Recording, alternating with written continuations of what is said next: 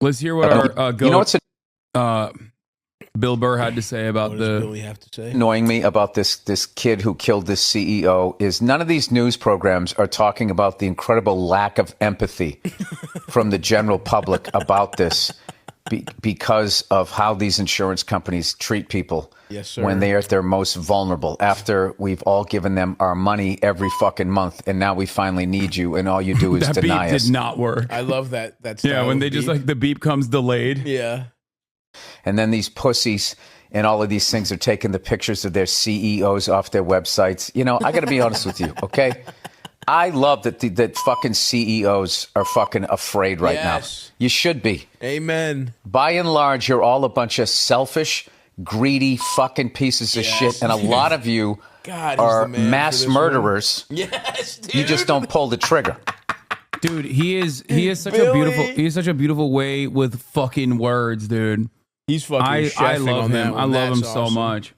He is like the number one guest that I would love to have one day. Oh yeah. Yeah. Yeah, he's the man for sure. Have you I ever- mean, he's fully so correct about this. Yeah. It's crazy. Have you ever linked up with him? Have you little hung bit. out with him? You know, I mean, one time we were on one show together. He was cool, but no, I don't. And we have mutual friends, but Yeah. Was he like, how the hell are ya? yeah, it was cool because I think he clearly had seen some random, like he probably because when he said hello, he smiled in a way that was like, because also the way the Comedy Store works, you have to, each person has to fucking introduce the next one, and I was going right after him, and he gave me a nice introduction. He was like, I see this guy online, he's very funny, but he forgot my name. So then he had to like go It's back and too be like, ethnic. he would be like, dude, he was like, what's your name? I was like, it's all good, man. But it was the funniest moment to have, like, he felt bad clearly, but he just fully, he knew who I was, but he didn't know my That's name. how you know Greeks I'll are not take it. white, bro. He couldn't even handle your fucking exotic name. It was too much for him. What is this, Stavros? But I'll take it. That little smile of recognition meant more to me than knowing my actual name. I love him so much. Yeah, he's the man. And this is exactly what, he just basically put into words what, it's good that CEOs are scared. It's good that And that they're criminals. Well, that's the thing. The inequality is so fucking crazy that, and billionaires are treating people so bad, and they're so in their own bubble.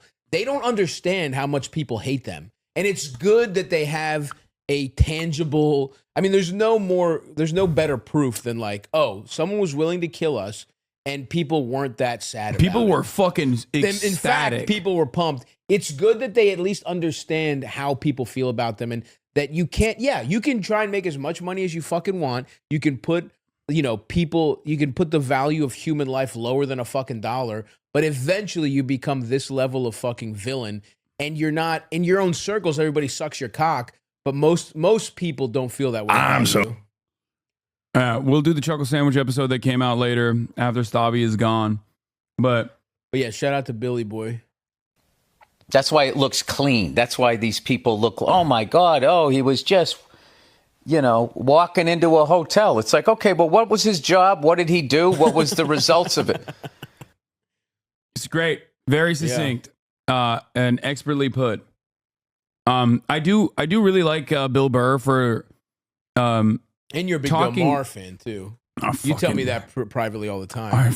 You always talk to me. Every time I come here, you're always watching Club Random. Don't even fucking okay, first of all, Club Random is a banger, but like not for the intended reasons why he puts it out. I'm fucking with you, obviously. But oh God, I can't. But Burr is the man. Dude, Maher brings out like a visceral reaction. I know in what you me. mean. Yeah. It's just like he is like all of the anger and resentment I have towards the Democratic Party and like liberal elites personified. He's so smug and in this smarmy elitist alcoholic package. Yeah, where he's always like, well, nobody wants to admit that that most people's lives follow a very traditional path of like, yeah, he just became more conservative. He got old and he's a millionaire and he's conservative now, and he wants to always these guys can't admit that it's like you're not like a fucking rebel. Yeah, and you're also not in tune with like Totally. the demands of the public.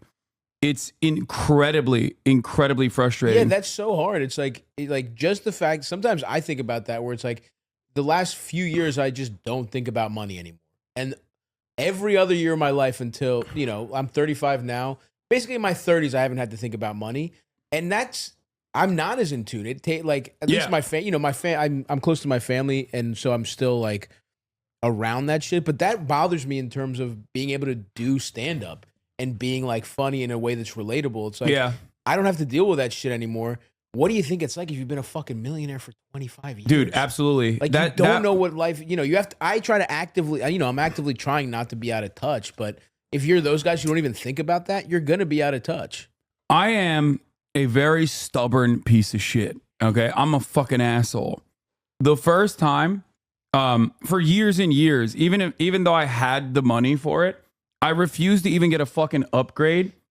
Despite my 6'4" stature, on airplanes, because out of sheer principle, and my friends would look at me like I am an insane person for like not even getting the extra, economy plus, because I was like, back in my day that shit was free.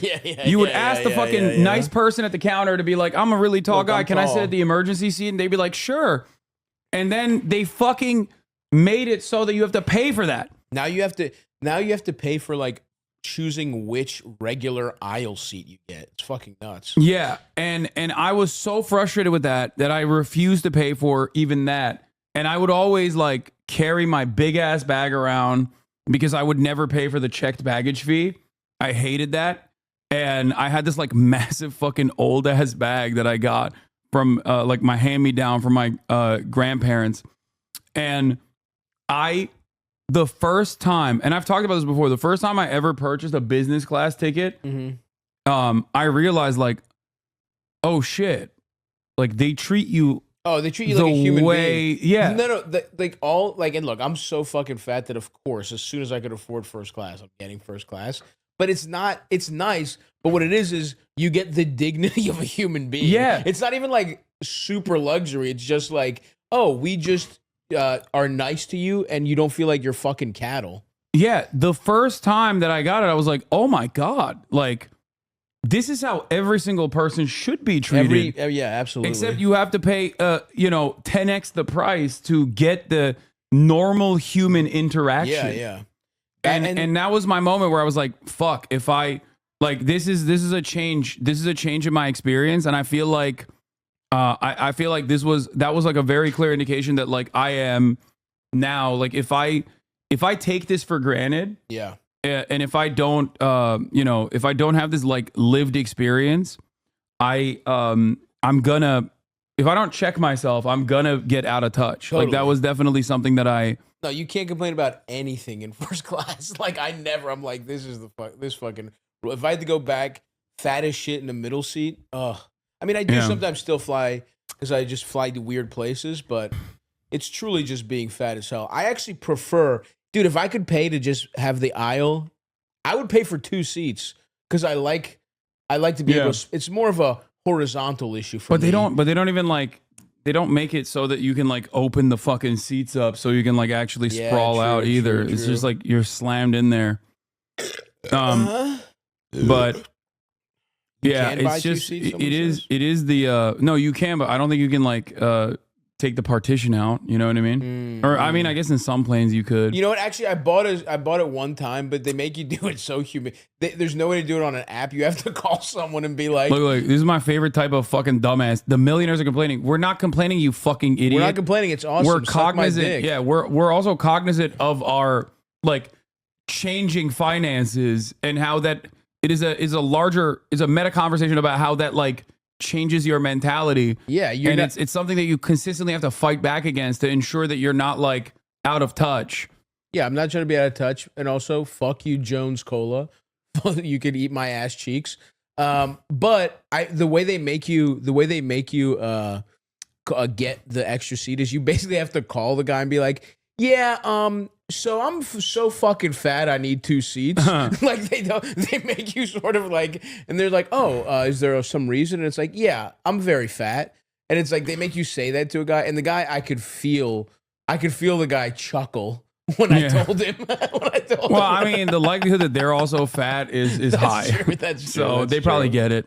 That is fucking true. But then you have to also, what if it's sold out? And then it's like, hey, Yeah, please don't let anybody from Standby here. I'm too fucking fat. You know what I mean? Like I always think about that shit. But anyway.